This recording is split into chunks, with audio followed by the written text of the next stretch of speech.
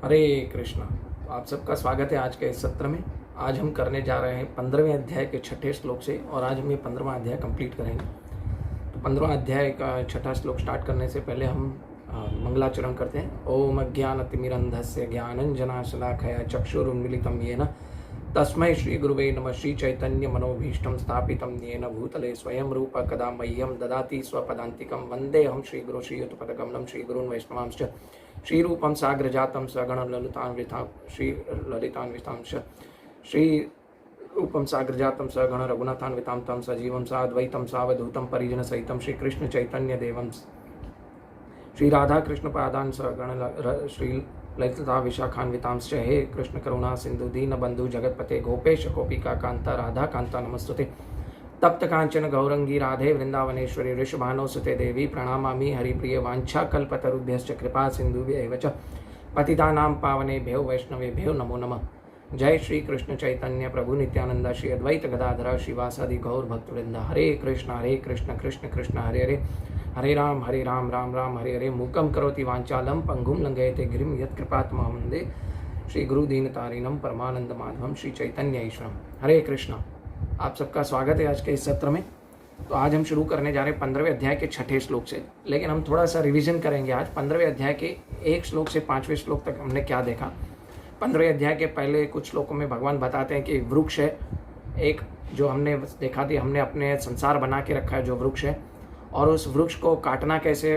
पहले उस वृक्ष की जड़ें ऊपर की तरफ हैं और शाखाएं निचले की तरफ हैं। हम क्यों सुखी नहीं रह सकते इस संसार में, ये भी भगवान ने बताया। फिर हम इस संसार में फंसे हुए हैं और इस संसार से फंसे निकलने का रास्ता बता रहे हैं। निर्माण मोहा जित संग दोषा विनिवृत्त आध्यात्म नित्य विनिवृत्त कामा, भगवान बता रहे हैं। फिर भगवान आगे बता रहे हैं कि इसको निकलने का रास्ता क्या है। हमारा जो ये संसार जो टिका पड़ा है हमारी इच्छाओं के ऊपर टिका पड़ा है, ठीक है। और इधर से बाहर निकलने का रास्ता भगवान बता रहे हैं उनकी शरणागति 15वें अध्याय के 5वें श्लोक में। तो भगवान हमने एक मटेरियल एग्जाम्पल भी देखा था, भौतिक एग्जाम्पल भी देखा था, कि हमें पता चल जाए कि सिनेमा घर में जाते हैं पिक्चर देखने और हमें पता चल जाए कि ये सब नकली है और अंधेरा है और ये सब नकली है, जो भी इमोशंस है इसके अंदर सब नकली है।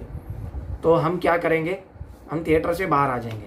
लेकिन थिएटर से बाहर आके हम क्या करना है, हम कहाँ जाएंगे। तो थिएटर से बाहर आके हम लोग को अपने घर वापस जाना है, ठीक है।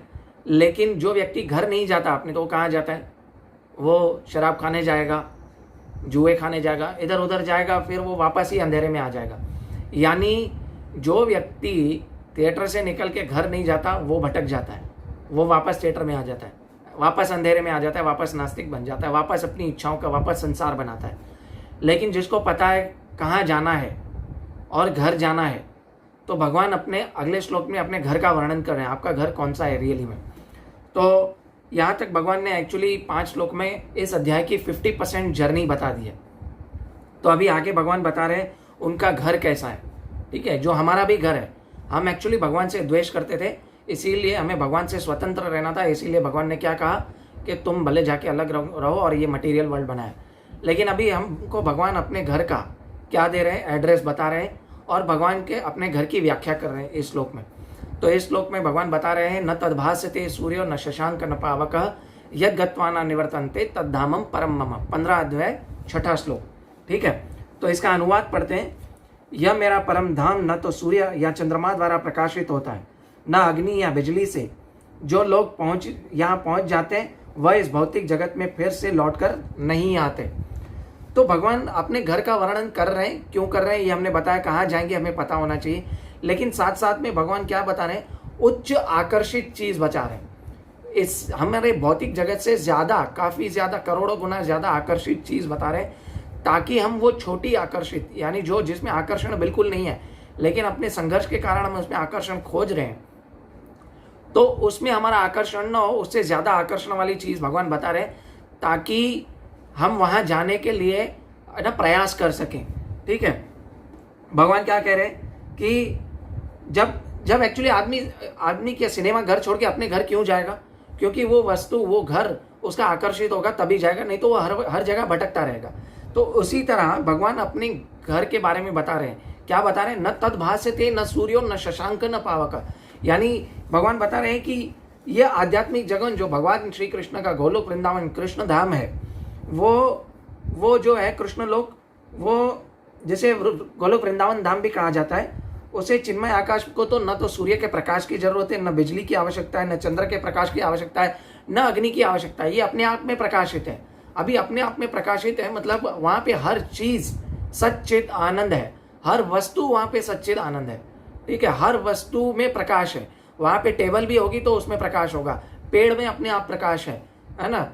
जो जो जो नदी बहती है वो तो दूध की नदियां बह रही हैं, वहां पे वर्णन है श्रीमद् भागवतम में। वो दूध के अंदर भी प्रकाश है। हर वस्तु में अपने आप में प्रकाश है, उसमें अलग से प्रकाश जल की जरूरत नहीं। भगवान श्री कृष्ण के अर्च विग्रह से, शरीर से भी प्रकाश निकलता है।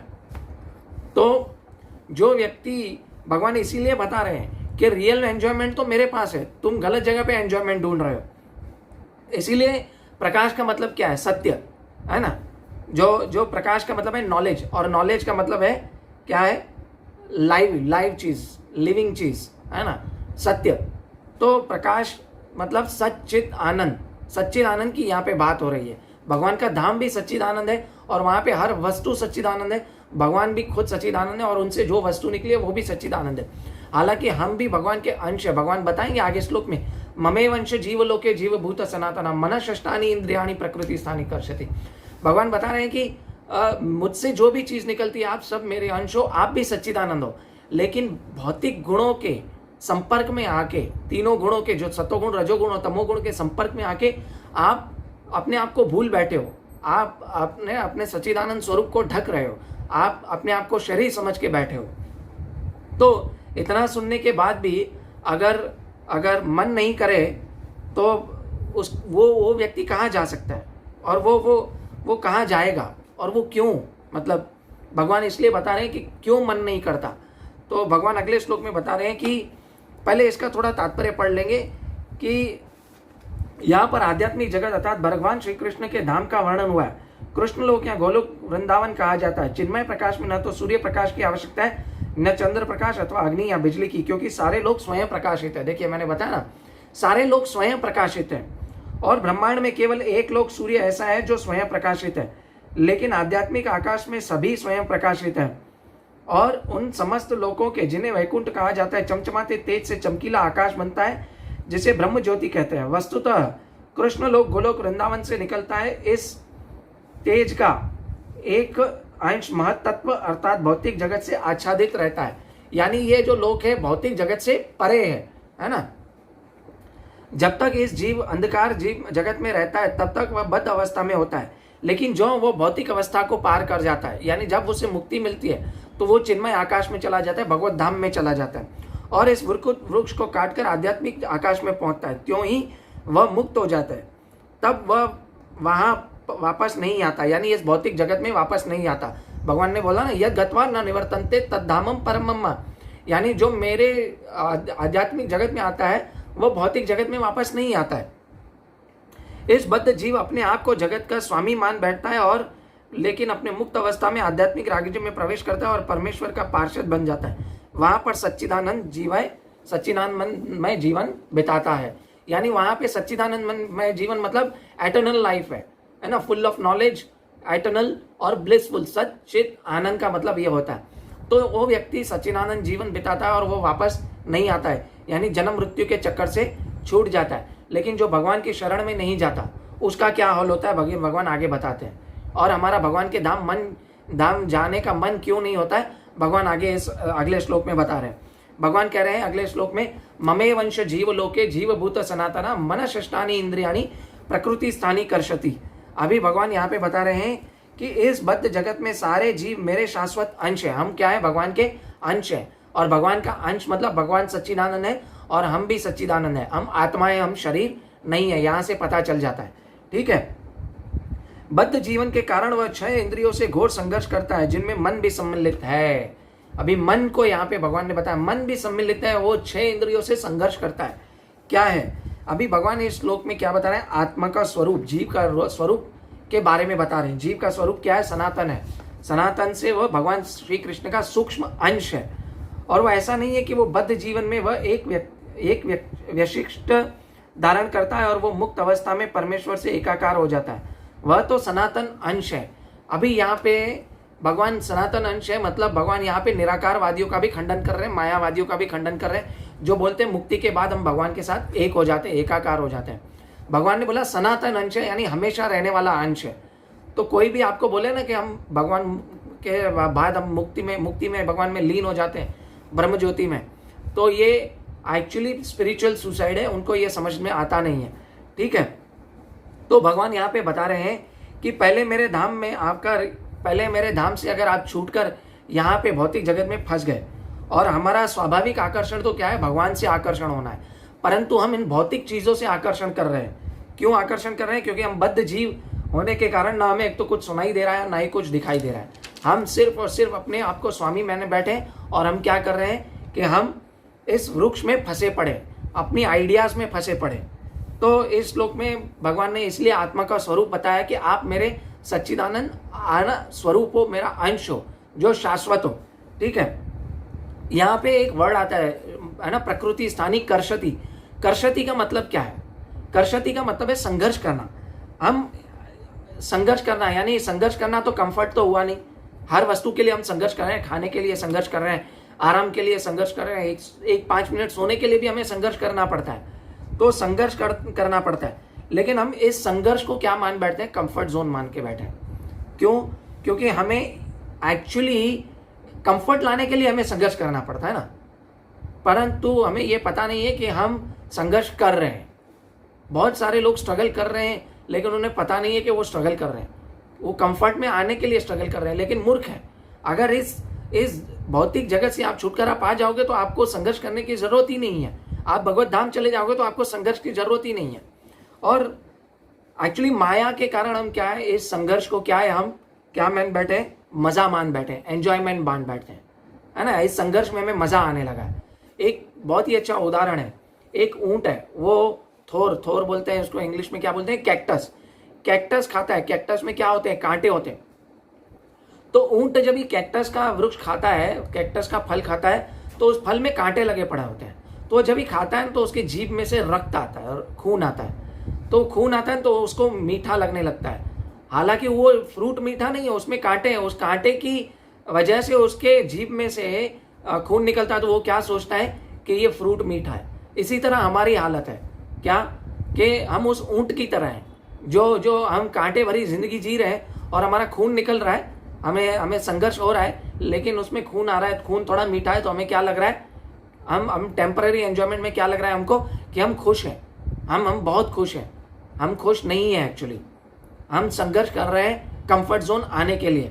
तो माया के कारण हम संघर्ष को क्या बना बैठे? कंफर्ट जोन मान बैठे। तो हमें इस संसार रूपी वृक्ष को काटने के लिए क्या करना पड़ेगा? हमें भगवान का नाम जप करना पड़ेगा, भगवान की शरणागति करनी पड़ेगी। भगवान ने इसी अध्याय में 5वें श्लोक में बताया शरणागति कैसे हो। तो इस संसार रूपी वृक्ष में अपने आप को हम क्या कर रहे हैं? फंसा दे रहे हैं। और ये फंसाने की एक्चुअली क्या हमारे अंदर वृत्ति बचपन से ही है।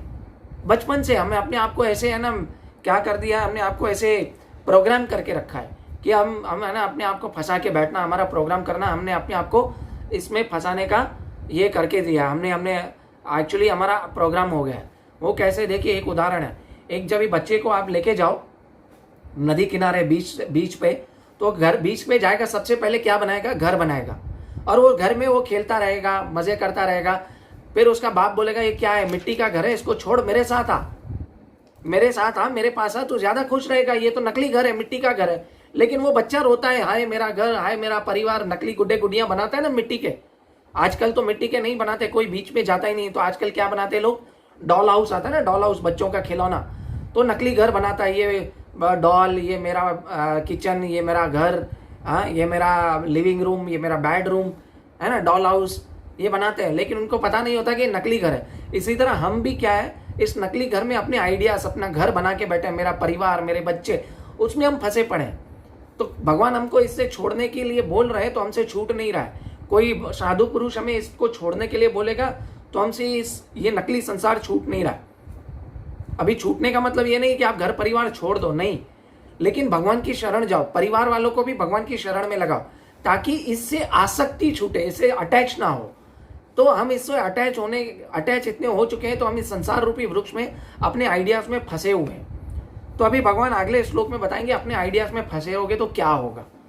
लेकिन उससे पहले हम तात्पर्य पढ़ेंगे इसी श्लोक का कि जो केवल मनुष्य तथा कुत्ते बिल्ली जैसे जीव अपितु भौतिक जगत में बड़े बड़े नियंता ब्रह्मा तथा विष्णु तक परमेश्वर के अंश है, ये सभी सनातन अभिव्यक्तियां क्षणिक नहीं है। कर्षति, अभी यहाँ पे प्रभुपाद भी बता रहे हैं सेम अर्थ। कर्षति का मतलब संघर्ष करना शब्द का अत्यंत सार्थक है। बद्ध जीव मानो लोहे श्रृंखलाओं से बंधा हुआ है, मिथ्या अहंकार से बंधा रहता है और मन मुख्य कारण है जो इस महाभव सागर की ओर धकेलता है। जब मन सतोगुण में रहता है तो उसे कार्यकलाप अच्छे होते हैं, जब रजोगुण में होता है तो उसे कार्यकलाप कष्टदायक होते हैं, और जब तमोगुण में होता है तो जीव की निम्न योनि में चला जाता है। हमने 14वें अध्याय में इसको सतोगुण, रजोगुण और तमोगुण को एलाबरेट किया था, तो इसको एलाबरेट नहीं करूंगा, लेकिन मैं पहले बता दूंगा जो व्यक्ति ये 3 गुणों में रहता है वो बंधा रहता है इस संसार में मिथ्या अहंकार के कारण कि मैं प्राइम मिनिस्टर हूं, मैं ये शरीर हूं, मैं इंडियन हूं, मैं अफ्रीकन हूं, मैं हिंदू हूं, मैं मुस्लिम हूं, मैं सिख हूं, मैं ईसाई हूं। ये मिथ्या अहंकार में फंसा रहता है। लेकिन जब उसको सत्य अहंकार आता है, सच्चा अहंकार कि मैं भगवान का अंश मात्र हूं, एटर्नल अंश हूं और मैं भगवान का सेवक हूं, ये जब सत्य अहंकार आएगा वो भगवान के शरण गति जाएगा, तब भौतिक वस्तुओं से आकर्षण उसका कम हो जाएगा, तब वो कर्षति नहीं करेगा, संघर्षण नहीं करेगा। वो क्या करेगा, वो भगवान के, देखो हम संघर्ष तो करना ही है इस भौतिक जगत में। एक कहावत है, आप इस संसार में स्ट्रगल करो या आप चैंटिंग करते समय स्ट्रगल करो, भगवान का नाम जपते लेने के लिए स्ट्रगल करो। तो दोनों में से बेटर संघर्ष क्या है? संघर्ष में भी तुलना हो रही है ना, बेटर संघर्ष क्या है? भगवान का नाम जपना। एटलीस्ट वो आपको उच्च स्तर पे लेके जाएगी।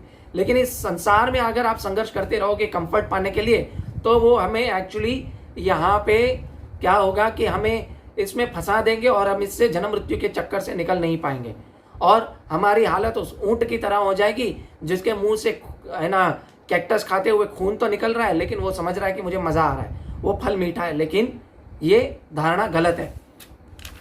तो अभी भगवान बता रहे हैं अगर आप संघर्ष करोगे तो आपको क्या होगा, है ना, जब इस संसार रूपी वृक्ष में फंस जाओगे तो क्या होगा। भगवान बता रहे हैं शरीरम यात्मनोति यच्च अपि उत्क्रामित ईश्वरः गृहीत्वा एतानि संयाति वायु गंधान इव आशयात। यानी भगवान क्या बता रहे हैं कि इस संसार में जो जीव अपनी देहात्म बुद्धि को एक शरीर से दूसरे शरीर में उस तरह ले जाता है जिस तरह वायु सुगंधी को ले जाता है, इस प्रकार वह एक शरीर धारण करता है और फिर इस शरीर को त्याग कर दूसरा शरीर धारण करता है। अभी भगवान यहाँ पे बता रहे हैं अगर आप संघर्ष करोगे और आप इसी चीज में फंसे रहोगे, अपने कंफर्ट जोन में संघर्ष करते रहोगे और अपने आप को कंफर्ट बनाने की कोशिश करोगे और अपने आप की देहात्म बुद्धि में फंसे रहोगे, तो क्या करोगे, आपको जन्म मृत्यु का चक्कर ही मिल पाएगा, आपको सुख नहीं मिलेगा।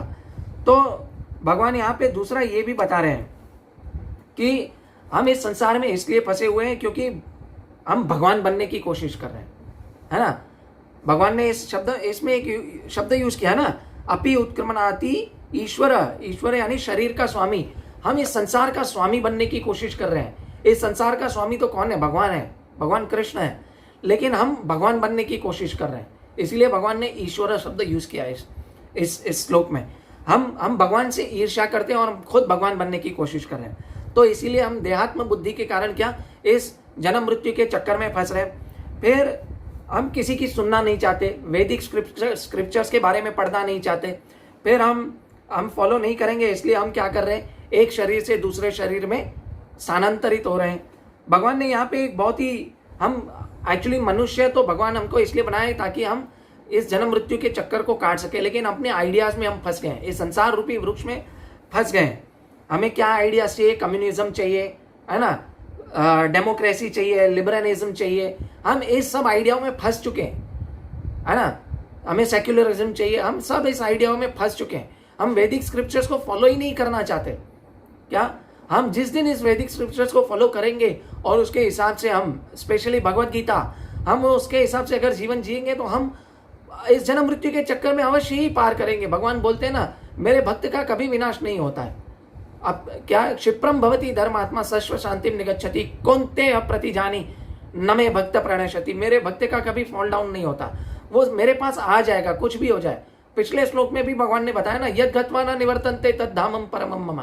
मेरे धाम में आकर वापस कभी लौट के इस पुनः संसार में नहीं आता है, लेकिन हम अपने आइडिया से फंसे हुए हैं। तो हमें क्या देहांतर प्राप्ति धीरम होता है ना, देहांतर होता है हमारा इस शरीर से शरीरम यद वापनौती, यानी हम शरीर का चक्कर मिलता पाता है, लेकिन फिर हम क्या करें उसको छूटने के लिए, है ना, हमें भगवान की शरण ग्रहण नहीं करनी चाहिए, जैसे भगवान ने 15वें अध्याय के 5वें श्लोक में इसी में बताया।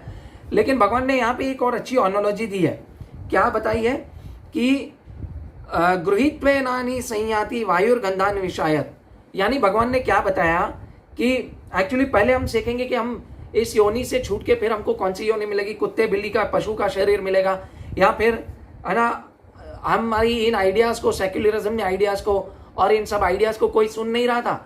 तो माया का अटैक ऐसा होता है कि तुमको बहुत ज्यादा बोल रहे हो, चलो तुमको अगला शरीर कुत्ते का मिल जाएगा, तुम सिर्फ भौंकते रहो, माया नीचे गिरा देती है ना। पहले हम 2 हाथ में चल रहे थे, 2 पैर में चल रहे थे, अभी 2 हाथ से भी चलना पड़ेगा, यानी 4 पैर वाला पशु बना देगी माया, और भौंकते रहो, कोई नहीं सुनेगा अभी भी। तो हमारी आइडियाज कोई काम नहीं आने वाली है। इस संसार को सुखी बनाने में सिर्फ और सिर्फ वैदिक स्क्रिप्चर्स ही काम आएंगे। ये यूनाइटेड नेशंस बनाया, लेकिन एक दूसरे का मत मिलता ही नहीं है। क्यों? क्योंकि इनका जो मत है वो वैदिक स्क्रिप्चर्स का मत है ही नहीं। अगर पहले आप देखें, जब श्रीमद् भागवतम सूत गोस्वामी बता रहे थे, तो 88,000 ऋषि मुनि पिन ड्रॉप साइलेंस नैमिषारण्य में सुन रहे थे, सबका मत एक ही था। इसीलिए भागवतम को बोलने में इतना सरल सूत गोस्वामी अच्छे तरीके से बोल पाए, और उन्होंने शौनक ऋषि को अपना प्रतिनिधित्व चुना कि हमारी तरफ से तुम ये सवाल पूछोगे। लेकिन अभी भौतिक संसार में क्या हो रहा है, सब एक दूसरे से लड़ रहे हैं। कोई कम्युनिज्म के लिए लड़ रहा है, कोई सेक्युलरिज्म के लड़ रहा है, कोई लिबरलिज्म के लड़ रहा है, कोई वुमेन एम्पावरमेंट के लिए लड़ रहा है। मूर्ख है वो सब लोग, उनको पता ही नहीं है कि हमें करना क्या है। ये भौतिक संसार ऐसे चलता ही नहीं है। भौतिक संसार में भी अगर आपको वृंदावन हर धाम को बनाना है, गोलोक वृंदावन बनाना है, भगवान का धाम, एक भक्त जहां जाता है भगवान का धाम होता है, वहीं पे होता है। अगर आपको हर जगह को गोलोक वृंदावन बनाना है तो भगवान की भक्ति करनी पड़ेगी। हर इस संसार में अगर शांति लानी है तो भगवान की भक्ति करनी पड़ेगी, भगवान की शरण जाना पड़ेगा, नहीं तो नहीं हो पाएगा। तो अगला श्लोक भगवान क्या बता रहे हैं, अगले भगवान बता रहे हैं, श्रील प्रभुपाद कई बार अपने लेक्चर में बताते थे कि जो गॉड को नहीं मानता वो डॉग बनेगा, अगला शरीर उसको डॉग का ही प्राप्त होगा। ठीक है, फिर आगे भगवान क्या बता रहे हैं अगला लाइन में इसी श्लोक में, गृहीत्वे नाहि संयाति वायुर्गंधा निवशयाति शायति, यानी मतलब इस संसार में यहाँ पर सब कुछ छूट जाएगा, है ना, संसार बनाने की आइडियाज नहीं छूटेंगी। वायुर्गंधानी, भगवान बोल रहे हैं जैसे वायु एक जगह से दूसरे सुगंध को दूसरी जगह खींच के लेके जाते हैं, वैसे ही आपका शरीर ये भौतिक जगत में ये शरीर वगैरह सब छूट जाएगा। लेकिन अगर आप कुत्ते की योनि में जाओगे तो अपना संसार वहां पे भी बनाओगे, यानी आपको संसार बनाने का आइडिया नहीं छूटेगा। इसीलिए हमें भगवान की शरण ग्रहण करना बहुत जरूरी है। ठीक है, अपने आप को फंसाने की आइडिया जो है वो कभी नहीं छूटेगी। इसके लिए भगवान ने बताया वायुर्गंधानी, ये सब खत्म नहीं होगा। तो आइए इसका तात्पर्य पढ़ते हैं। यहाँ पर जीव को ईश्वर का अर्थात अपने शरीर का नियामक कहा गया। यदि वह चाहे तो अपने शरीर को त्याग कर उच्चतर योनि में जा सकता है, और वो चाहे तो निम्न योनि में जा सकता है। देखिए, हमारा हाथ में है, हम भगवान ने हमें इतनी स्वतंत्रता, जो क्या बोलते हैं माइन्यूट इंडिपेंडेंस दिया है कि आप इस शरीर में रहते हुए भगवान की भक्ति करो या शराब खाने में जाओ, है ना, भगवान का प्रसाद खाओ या नॉनवेज खाओ, ये आपके हाथ में दिया। हम भगवान की तटस्थ शक्ति है, भगवान ने माइन्यूट इंडिपेंडेंस इसलिए दिया। बहुत लोग बोलते हैं ना, हाँ मुझे भगवान का बुलावा नहीं आया तब तक मैं नहीं जा सकता। नहीं, ऑफकोर्स भगवान की कृपा चाहिए, लेकिन साथ साथ में हमारा प्रयास भी चाहिए। हम दामोदर लीला से क्या सीखते हैं, रस्सी दो उंगली छोटी पड़ती है। क्यों? क्योंकि उसमें एक प्रयास है, दूसरा भगवान की कृपा है। तो एक प्रयास हमारा जरूरी है। बहुत लोग बोलते हैं ना, मेरे को भगवान ने वृंदावन बुलाया नहीं, मैं क्यों नहीं जाऊं, जगन्नाथपुरी मेरे को भगवान ने बुलाया नहीं, मैं क्यों जाऊं। अरे तुमको बार वाला या जुए खाने वाला कैसीनो में बुलाने घर पे थोड़ी आता है, बॉलीवुड वाले तुम्हारे घर पे थोड़ी आते, मेरी पिक्चर देखो। तुम जाते हो फिर भी सिनेमा घरों में, क्यों? तो उसी तरह भगवान का धाम जाओ, भगवान के धाम जाओ, होली वृंदावन धाम जाओ, जगन्नाथपुरी जाइए, मायापुर जाइए। हाँ, वहां पे एटलीस्ट जाने की इच्छा तो रखिए, मैं जाऊं, फिर भगवान ऑटोमेटिकली करेंगे। लेकिन आप प्रयास ही नहीं कर रहे हो, टिकट बुक नहीं करोगे किसी ट्रेन की और बोलोगे घर से बाहर ही नहीं निकलोगे, तो आप ऑटोमेटिक क्या बॉम्बे से अहमदाबाद पहुंच जाओगे क्या? नहीं पहुंचोगे। तो उसी तरह भगवान के धाम जाना है, भगवान के पास जाना है, तो भगवान की भक्ति करनी पड़ेगी। तो ये सब समझ में आना चाहिए। हम अपने आइडियाज छोड़ ही नहीं रहे हैं, हम अपने आइडियाज हमने ये कम्युनिज्म लिबरलिज्म के आइडियाज हम लेके बैठ गए, हम ये सब आइडियाज छोड़ ही नहीं रहे, तो हम इस शरीर में फंसे पड़े हैं। ये हमारे हाथ में है।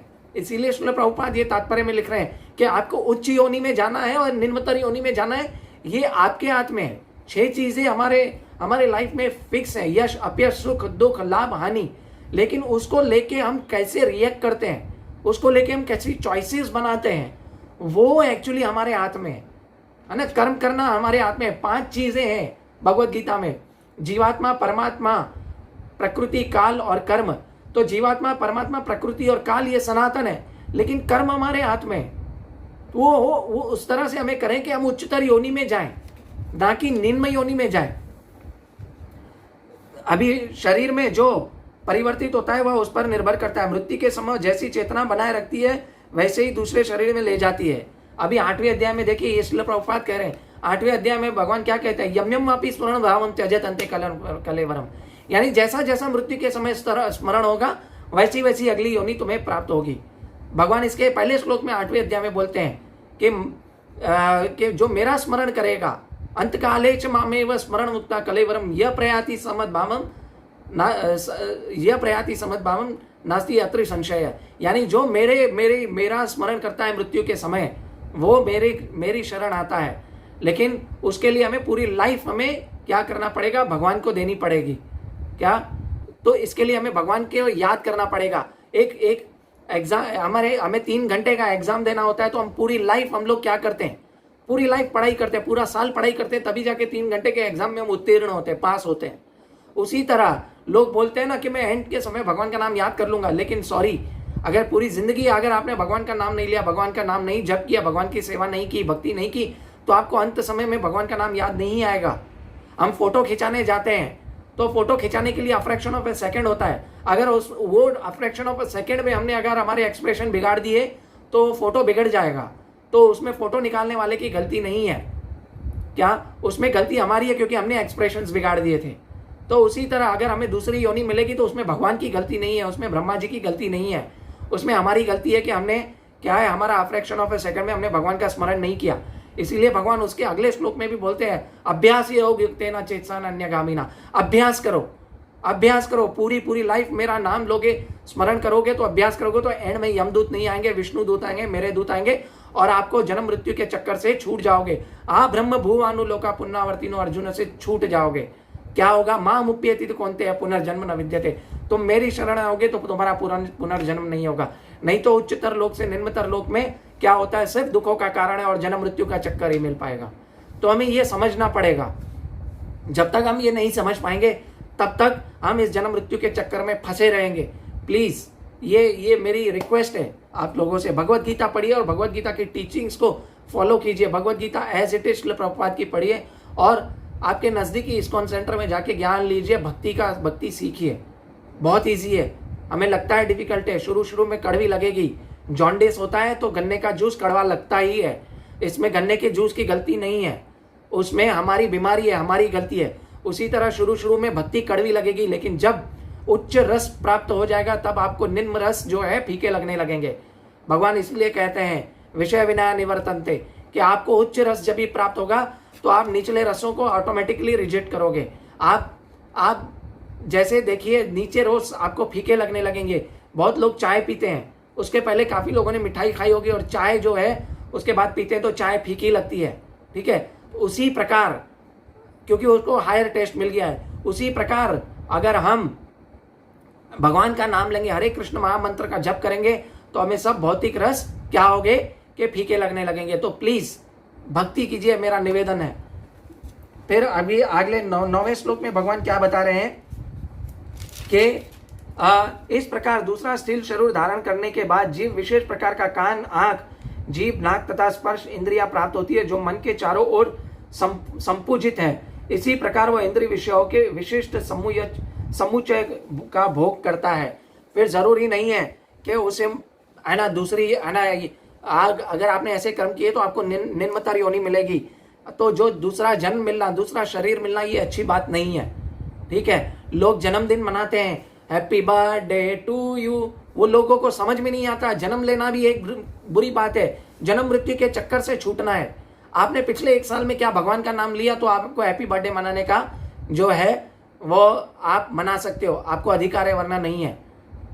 क्या हैप्पी बर्थडे, बर्थडे भी एक्चुअली जन्म लेना भी क्या है, एक बुरी बात है। इस लाइफ की मेन 4 प्रॉब्लम क्या है? जन्म, मृत्यु, जरा, व्याधि, दुख, दोषानुदर्शनम। जन्म, मृत्यु, बुढ़ापा और क्या है, बीमारी। ये 4 मेन प्रॉब्लम से रियल लाइफ प्रॉब्लम्स को सॉल्यूशन भगवत गीता है। ये 4 प्रॉब्लम है, दुख, दोषानुदर्शनम। अगर इनसे छूट गए तो जन्म मृत्यु के चक्कर से छूट जाओगे। इसीलिए दूसरा शरीर प्राप्त करना अच्छी बात नहीं है, लोगों को ये समझ में नहीं आता है। मोस्टली क्या होता है, अगर भगवान की भक्ति नहीं करोगे तो निम्नतर योनि मिलेगी, डीमंस की योनि मिलेगी, पशु योनि मिलेगी, है ना। शरीर का आकार बदल जाएगा। यानी भगवान क्या है, यहाँ क्या है, जो मन की चारों ओर संपूजित है, शरीर का आकार बदल जाएगा लेकिन आइडियाज तुम्हारे सेम रहेंगे अपना संसार बनाने की। वही आइडियाज से वही संघर्ष होगा, वही ऊंट की भांति अपने संघर्ष में अपने आप को कंफर्ट मान बैठोगे, है ना। अपने आप की संसार बनाने की वृत्ति करते रहेंगे, फिर हम इस प्रकार हमारा शरीर बदलता रहेगा। तो कृपया इस शरीर से हमें छूटने का रास्ता मिल चुका है, वो भगवत गीता है, हरे कृष्ण महामंत्र का जप है, तो हमें करना चाहिए। फिर 10वें श्लोक में भगवान क्या कह रहे हैं कि मूर्ख न, अभी 10वें श्लोक में भगवान ढोंगियों की बात करेंगे, ठीक है। मूर्ख ना तो समझ पाता है कि जिस प्रकार अपना शरीर त्याग कर सकता है, ना ही वे समझ पाता है कि वो किस प्रकृति के 3 गुणों अधीर रहकर इस शरीर का भोग करता है।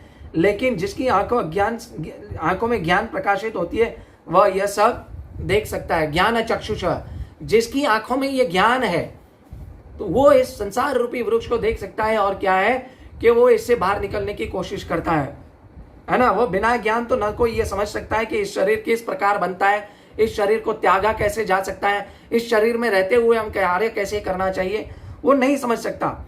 वो बस अगला शरीर धारण करता है और फिर उसमें फंसता है, फिर अगला शरीर धारण करता है और फिर उसमें फंसता है।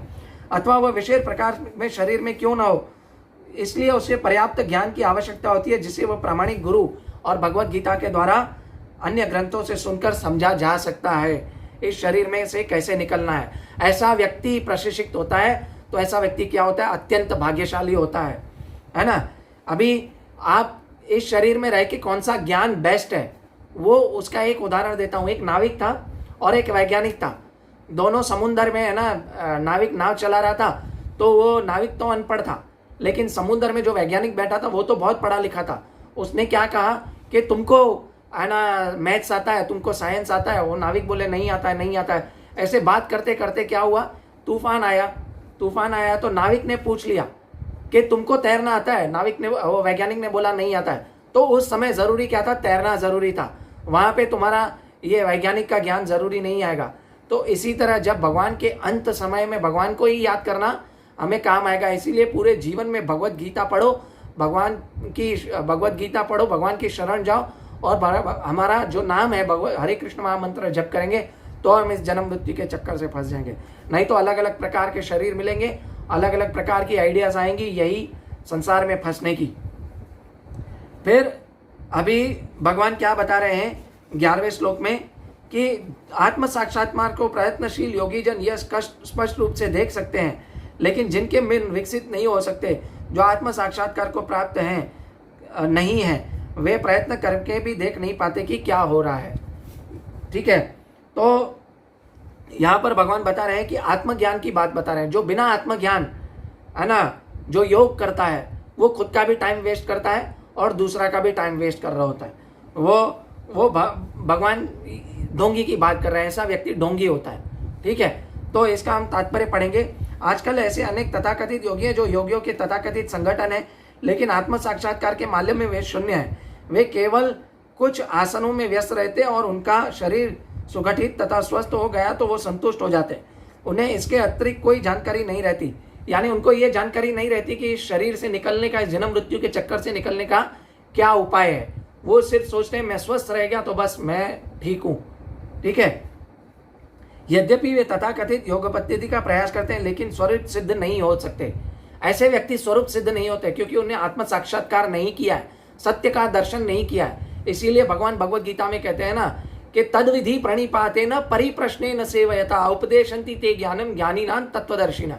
यानी ऐसे व्यक्ति के पास जाओ, जो स्वरूप सिद्ध व्यक्ति के पास जाओ जिसने तत्व का दर्शन किया है ना, जिसने अपनी लाइफ में उसको अनुभव किया, ऐसे व्यक्ति से भगवत गीता और श्रीमद् भागवतम सुनो, है ना। ऐसे तथाकथित ढोंगियों के पास जाके भगवत गीता नहीं सुननी चाहिए, जो सुनाने के लिए पैसे लेते हैं, ठीक है। ऐसे व्यक्तियों की तुलना हमारे शास्त्रों में सांप से की गई है। सांप जब ही एक दूध को छू लेता है तो पूरा दूध विषैला बन जाता है। उसी तरह जो व्यक्ति पैसे लेके कथा करता है तो पूरी जनता को, पूरे सबको विषैला बना देता है। तो हमें क्या करना चाहिए, हमें ऐसे ढोंगियों के पास नहीं जाके प्रामाणिक गुरु के पास जाना चाहिए, जो गुरु परंपरा से आते हैं। केवल वे सभी बातें समझ पाते हैं और सचमुच लोक पद्धति में रमते रहते हैं, जिनका आत्मा, जगत तथा परमेश्वर की अनुभूति हो चुकी है। दूसरे शब्दों में भक्ति योगी है, वे समझ सकते हैं कि किस प्रकार ये सब कुछ घटित हो रहा है। अभी 12 से लेके 15 श्लोक तक भगवान क्या अपने बारे में बताते हैं, क्योंकि भगवान के धाम जाकर हमें उनकी सेवा करनी है, तो भगवान अपने बारे में बता रहे हैं। तो इसके सिर्फ हम क्या करेंगे, अनुवाद पढ़ते रहेंगे। सूर्य का तेज जो सारे विश्व में अंधकार है दूर कर सकता है, मुझसे ही निकलता है। चंद्रमा तथा अग्नि के तेज से मुझसे उत्पन्न होते हैं, ठीक है। मैं प्रत्येक लोक में प्रवेश करता हूं और मेरी शक्ति से सारे लोग अपनी कक्षा में स्थित है ना, फ्लोट करते हैं, सब सारे ग्रह फ्लोट करते हैं। हम लोग सोचते हैं ना, देखिए कैसे एरोप्लेन हवा में फ्लोट करके उड़ता जा रहा है, तो हम ये नहीं सोचते कि इतने लाखों करोड़ों ब्रह्मांड हवा में फ्लोट कर रहे हैं, तैर रहे हैं। वो किसकी शक्ति द्वारा, भगवान की शक्ति द्वारा, ठीक है। मैं चंद्रमा बनकर समस्त वनस्पतियों को जीवन रस प्रदान करता हूं। अभी भगवान चंद्रमा बनकर रस प्रदान करते हैं का मतलब है कि आप वनस्पति के अंदर जो रस होता है ना, जो फ्रूट के अंदर जाना चाहिए, है ना, वो रस जो है वो भगवान से ही आता है, ठीक है। मैं समस्त जीवों के शरीरों की पाचन अग्नि हूं, जो मैं श्वास प्रश्वास वायु से निकल कर 4 प्रकार के अन्नों को पचाता हूं। हम लोग अस्त व्यस्त खा लेते हैं तो भी अंदर पचाता कौन है, वो अंदर कोई तुम्हारा वैज्ञानिक आके नहीं पचाता है कि ये पचा लिया, साइंटिस्ट नहीं आके पचाता है। अंदर कौन पचा रहा है, भगवान पचा रहा है। गैस्ट्रिक एसिड, अलग अलग टाइप का एसिड जू निकलता है, किसके द्वारा निकलता है, वो भगवान अंदर खाना पचा रहे हैं। 4 प्रकार के खाने कौन से हैं, जो चबाए जाते हैं, जो चाटे जाते हैं, ठीक है, जो कुछ चूसे जाते हैं और जो निगले जाते हैं, है ना, जो पिए हैं, जो चुगले, है ना, जो निगले जाते हैं, जो चबाए जाते हैं, जो चाटे जाते हैं और जो कुछ चूसे जाते हैं, ठीक है। अभी 15वां श्लोक में भगवान कह रहे हैं, सर्वस्य चाहम हृदय सन्निविष्टो मत स्मृति ज्ञानम अपोहनम च वेदेश्च सर्वे अहम वेदो वेदांत कृत वेदवित च अहम। यानी मैं प्रत्येक जीव के हृदय में आसीन हूँ। परमात्मा स्वरूप भगवान आसीन है ना, 13वें अध्याय में भगवान ने बताया था ना क्षेत्रज्ञ के बारे में। और मुझसे ही स्मृति ज्ञान तथा विस्मृति होती है। मैं समस्त वेदों द्वारा जानने योग्य हूँ। निसंदेह मैं वेदों का संकलन करता हूँ तथा समस्त वेदों का जानने वाला हूँ। यानी वेदों का लक्ष्य कौन है, भगवान श्री कृष्ण है। और भगवान से क्या आता है, मता स्मृति ज्ञानम अपोहनम च, विस्मृति भी भगवान से आती है। अभी विस्मृति भगवान से क्यों आती है, भगवान की बुलाएंगे तो हम पागल हो जाएंगे, ठीक है। लेकिन भगवान बोल रहे हैं कि विस्मृति इसलिए आती है क्योंकि हमने भगवान को भुलाने की, हमने हमारी इच्छा थी, इसलिए भगवान ने हमको भुलवा दिया अपने आप को। और दूसरा, हम स्वतंत्र रहना चाहते थे, इसीलिए भगवान ने विस्मृति का यहाँ पे ये लिया। और लेकिन क्योंकि भगवान हमें समझाने के लिए विस्मृति देते हैं, क्योंकि मेरे बिना तुम खुश नहीं रह सकोगे, इसके लिए भी भगवान हमें अपने आप को विसरवा देते हैं, भुलवा देते हैं। और वेदेन का संकलन करता हूँ मतलब क्या है, वेद मेरे द्वारा उत्पन्न हुए हैं।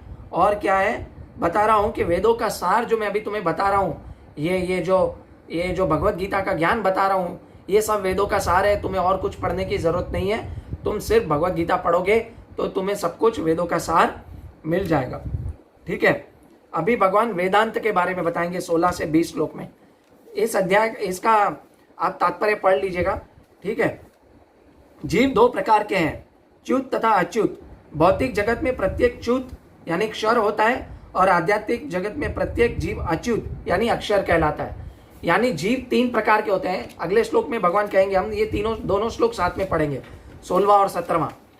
और इन दोनों से अतिरिक्त एक परम पुरुष परमात्मा है, जो साक्षात अविनाशी भगवान है और तीनों लोकों में प्रवेश करके उनका पालन कर रहा है।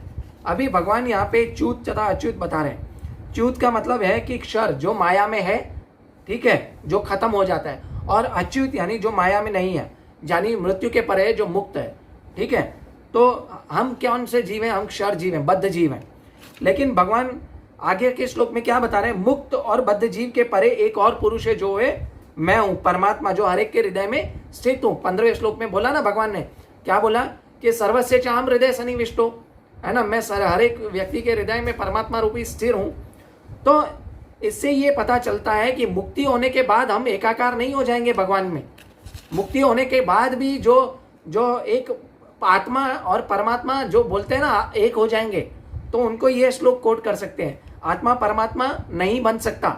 अगर कोई ऐसा कहता है तो उनको ये श्लोक कोट कर सकते हैं कि एक च्युत जीव है, एक अच्युत जीव है, उनसे परमात्मा जो है उनसे परे है ना। तो आत्मा कभी परमात्मा मृत्यु के बाद नहीं बन सकता, उनका अलग अलग अस्तित्व है। इससे हमें समझ में आता है। तो इसका तात्पर्य पढ़ेंगे, इससे तात्पर्य में पता चलेगा कि भगवान क्या बता रहे हैं कि इस श्लोक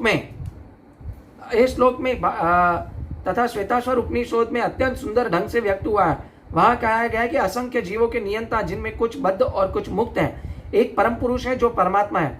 उपनिषद का श्लोक इस प्रकार है, नित्योस नित्यानाम चेतनास चेतनानाम।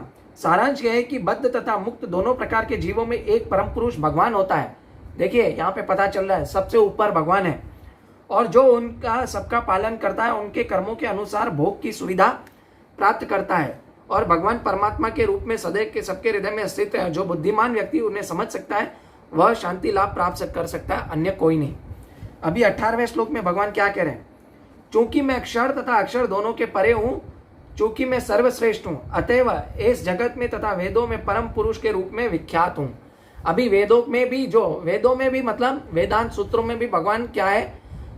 जो स्मृति शास्त्र है, वेदों का मतलब यहाँ पे बताया ना, वेदे च प्रार्थिता पुरुषोत्तम, यानी क्या स्मृति शास्त्र में क्या बताया है कि यानी जो लोक शास्त्र है उसमें भी मेरा ही वर्णन हुआ है। यानी जो पुराण है, जो शिव पुराण, इसमें उसमें भी लोग अंदर आप देखेंगे तो उनमें भी भगवान को, श्री कृष्ण को ही, विष्णु को ही परम माना गया है। इवन भगवान शिव जो है वो भगवान कृष्ण की ही भक्ति करते हैं। और सबसे पहले भागवतम शिव जी ने माता पार्वती को सुनाई थी, ठीक है। तो इससे पता चलता है कि वेदों में सबसे ऊपर जो भी वर्णन है वो भगवान श्री कृष्ण का वर्णन है, और वेदों का संकलन करता भी भगवान ही है। तो भगवान कृष्ण से बढ़कर कोई नहीं, न तो बद्ध जीव न तो मुक्त जीव, अतः वे पुरुषोत्तम है। अतः यह स्पष्ट हो चुका है कि जीव तथा भगवान व्यष्टि है। अंतर इतना ही है कि जीव चाहे बद्ध अवस्था में रहे या मुक्त अवस्था में, वह शक्ति में भगवान की अकल्पनीय शक्ति से बढ़कर नहीं हो सकता। यह सोचना गलत है कि भगवान तथा जीव समान स्तर पर है, सब प्रकार से एक समान है। इनके व्यक्तित्वों में सदैव श्रेष्ठता तथा निम्नता बनी रहती है। उत्तम शब्द अत्यंत सार्थक है, भगवान से बढ़कर कोई नहीं है। अभी भगवान से बढ़कर कोई नहीं है। देखो यहाँ पे इस श्लोक से भगवान खुद बता रहे हैं। तो बहुत लोग मायावादी बोलते हैं ना, हम भी एक, भगवान भी एक। यस, क्वालिटी वाइज एक है। एक समुद्र का पानी और एक समुद्र क्वालिटी वाइज सेम है, लेकिन क्वांटिटी वाइज सेम नहीं हो सकता, है ना। एक आग की चिंगारी और एक आग क्वालिटी वाइज सेम हो सकता है, लेकिन क्वांटिटी वाइज डिफरेंट है। तो हम क्वालिटी वाइज हम सच्चिदानंद है, क्योंकि हम भगवान का अंश है। भगवान ने कहा ना, ममे वंश जीव लोके जीव भूत सनातन। हम भगवान के अंश है, हम भी एटर्नल है, लेकिन क्वालिटी वाइज सेम है, क्वांटिटी वाइज सेम नहीं हो सकते। क्योंकि क्वांटिटी वाइज भगवान हर एक के 13वें अध्याय में हमने इसको समझा था। क्षेत्रज्ञ, दो क्षेत्रज्ञ थे, एक आत्मा एक परमात्मा। तो जो आत्मा जो है वो क्षेत्रज्ञ, दो क्षेत्रज्ञ है, एक आत्मा है एक परमात्मा है। परमात्मा तो हमारे हृदय, हमारे बारे में भी जानते हैं और हर एक के हृदय में भी जानते हैं। तो क्षेत्रज्ञ दो है ना, वो क्षेत्रज्ञ जो है वो सबके हृदय के बारे में जानता है, सबके सब जीवों के बारे में जानता है। तो इसी तरह आत्मा और परमात्मा क्वालिटी वाइज सेम हो सकती है, लेकिन क्या है, क्वांटिटी वाइज डिफरेंट है। हमें अपना भी बराबर नहीं पता होता कि मैं कौन हूं। हम तो अपने आप को शरीर मान बैठते हैं, लेकिन क्या है कि हमें यह समझना चाहिए कि हम क्या है, भगवान श्री कृष्ण का अंश है, और हम क्वालिटी वाइज सेम हो सकते हैं, परंतु क्वांटिटी वाइज सेम नहीं हो सकते। ठीक है, अभी 19वें और 20वें श्लोक में भगवान क्या बता रहे हैं, आखिरी का श्लोक है। कृपया ये लेक्चर को शेयर कीजिएगा, बहुत ही नॉलेजेबल लेक्चर है ये, बहुत ही नॉलेजेबल अध्याय है भगवत गीता का। अगर ये अध्याय सबको समझ में आ गया तो भगवत गीता पूरी समझ में आ गई, ऐसा आप समझिए। लेकिन पूरी भगवत गीता पढ़नी चाहिए, ठीक है। तो इससे पहले का लेक्चर जो मैंने दिया था 15वें अध्याय का 1 to 5, वो भी शेयर कीजिएगा, पीछे जाके आप देखिएगा इसी पेज में। और ये भी शेयर कीजिएगा ताकि लोगों तक ये नॉलेज पहुंच सके। बहुत ही भगवत गीता का इंपॉर्टेंट नॉलेज है। अभी 2 आखिरी श्लोक हैं कि जो कोई भी मुझे संशय रहित होकर पुरुषोत्तम भगवान के रूप में जानता है वह सब कुछ जानने वाला है। अतएव भय भरत पुत्र, वह व्यक्ति मेरे पूर्ण भक्ति में रत होता है। जो भगवान को समझ लेता है वो क्या होता है, वो पूर्ण भक्ति में है ना रत होना चाहिए। वो अगर पूर्ण भक्ति में रत नहीं है तो वो भगवान को संशय रहित नहीं समझाए, ये समझ लीजिए। और अभी 20वें श्लोक में भगवान बता रहे हैं, हे अनग, यह वैदिक शास्त्रों का सर्वाधिक गुप्त अंश है जिसमें मैंने अब प्रकट किया है। जो कोई इसे समझता है वह बुद्धिमान हो जाएगा और उसका प्रयास पूर्ण होंगे। यानी ये अध्याय समझ के जो भगवान को समझेगा और भगवान का भक्ति करेगा तो वो निश्चित रूप से भगवत धाम जाएगा। उसके प्रयास पूर्ण होंगे मतलब निश्चित रूप से वो भगवत धाम जाएगा। उसको भगवान ने बताया, हे अनग। अनग मतलब क्या है, पाप रहित, निष्पाप व्यक्ति। अर्जुन निष्पाप था ना, वो तो एक चींटी भी नहीं मारता था। तो अर्जुन क्या है, निष्पाप था, लेकिन उसने युद्ध किया, भगवान की मर्जी से युद्ध किया। वो अपनी मर्जी से युद्ध नहीं किया, भगवान ने उसको युद्ध करने के लिए बोला। जो भगवान की मर्जी से जो भी कार्य किया जाए वो सब कार्य भगवान की भक्ति होती है। ठीक है, भगवान को सेंटर में रख के हमें कार्य करना चाहिए। तो भगवान ये इसलिए कह रहे हैं, कृष्ण कह रहे हैं कि अगर आप ये अध्याय पढ़ोगे तो समझ जाओगे, आप बुद्धिमान बन जाओगे और आपके प्रयास पूर्ण होंगे। तो हरे कृष्णा। तो मैं अपनी वाणी को यहीं पे विराम देता हूँ। कृपया मुझसे कोई भी गलती हो गई हो तो मुझे क्षमा कीजिएगा। और मैं अपने हृदय के शुद्धिकरण के लिए ही ये जो है अध्याय बोल रहा था। ये जो भी मेरे गुरु महाराज का आदेश था, मेरे शिक्षा गुरु का आदेश था, इसीलिए मैं यहाँ पे व्यासासन पे बैठा हूँ। हालांकि मैं इसके लायक तो हूँ नहीं, परंतु मुझसे कोई